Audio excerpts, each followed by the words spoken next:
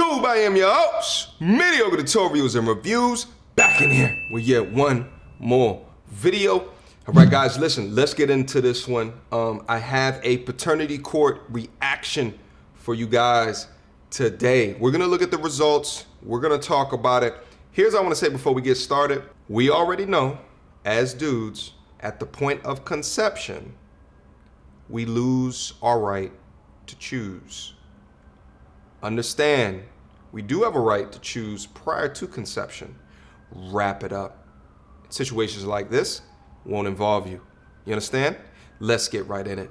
In the case of Miller versus Rasmussen, when it comes to 3-year-old Zaylee Rasmussen, it has been determined by this court. Mr. Rasmussen, you are not the father. Miss Miller. Be respectful. I'm sorry. Miss Miller. I'm sorry. That's a lot of nerve considering the alternative is somebody that don't want nothing to do with you or your child. I'm sorry. That's a lot of nerve. You just showed me where your priorities were right there. I'm sorry. Because I held out hope that you weren't just acting a fool because you so mad at him because he cheated on you that you would cheat your child out of a father. But that cheering you did, what you cheering? I'm a single mother with nobody that loves me or my child. What you cheering for? It's crazy to me to think that her hate or disdain for this guy is more important to her than being able to raise her daughter in a two-parent household.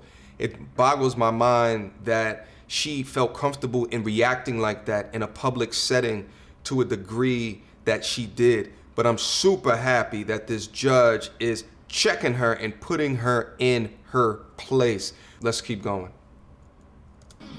I'm not. No, you were. He is over here breaking down because he loves this child so much.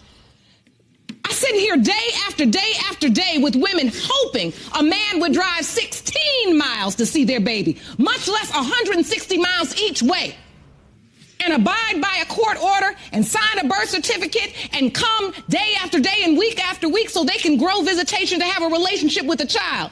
And you have no compassion for not just him, but for Zaylee. She's 3 years old. Now, he's not just going to be heartbroken. We got to break this news to her.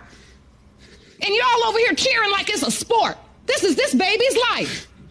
And I asked you, where's this other man? I don't know. And you know he don't want nothing to do with you. Sitting up there cheering. Mr. Rasmussen, I am so sorry. Child. I know this hurts you. Thank you, Your Honor.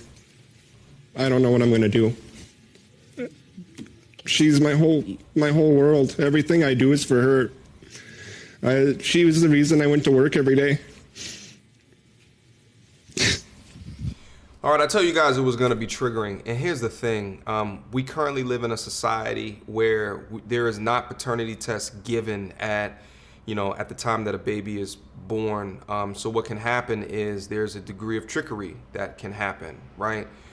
What happens to the man who raises a family and the kids all coming out looking like the same brothers and sisters, and then he comes to find out later on that she had been cheating on him with the same person multiple times and all of the babies are not theirs. It's an outlier case, but here's the thing, I think that one of the things that is advocated for in terms of paternity tests for everybody when the baby comes out should be something that should be in place, because then you would avoid situations like this. This poor young man has spent a lot of time raising someone else's child, and it sickens me that she doesn't even know who's the father. I think that if you would force these tests when children are born, it would then incentivize more women to be a little bit more cautious of the people that they're sleeping with unprotected. The amount of stories that have come up in recent memory, the amount of stories that have come up in history of dudes finding out later on that it's not theirs is sickening and it's mind-boggling. You understand? But let's go on. I know you have a bond with her. I feel like my whole world is in ruins now. Oh. Miss Miller, I'm going to say this to you before I adjourn court. Your child deserves to know who her father is. Whether or not that man wants to be in her life, physically present and participate. He does have a legal obligation to help support her financially. It's important that you make this right. She'll one day ask, where's my father? Every action you take from this point will write the story that you will later have to tell her. I wish you the best of luck. We have counseling for you. Court is adjourned. What a dirty, dirty, dirty lady, you know, selfish with childlike responses to such a serious situation. Shame on you, okay? I think for the dude, you need therapy at this point. You know, whether that you decide to be in that young girl's life is completely up to you. If it happened to me, I would go on in my life. I would also try to make better decisions on who I get in the bed with unprotected. You understand what I'm saying? Listen, I know that was a draining video. Sorry, I've tried to put a trigger alert in the beginning of the video, but that has been your reaction. You guys let me know down in the comment box down below if you guys want more of these paternity court type reactions, okay? Because I think that it's important to understand, all right? Until next time, YouTube.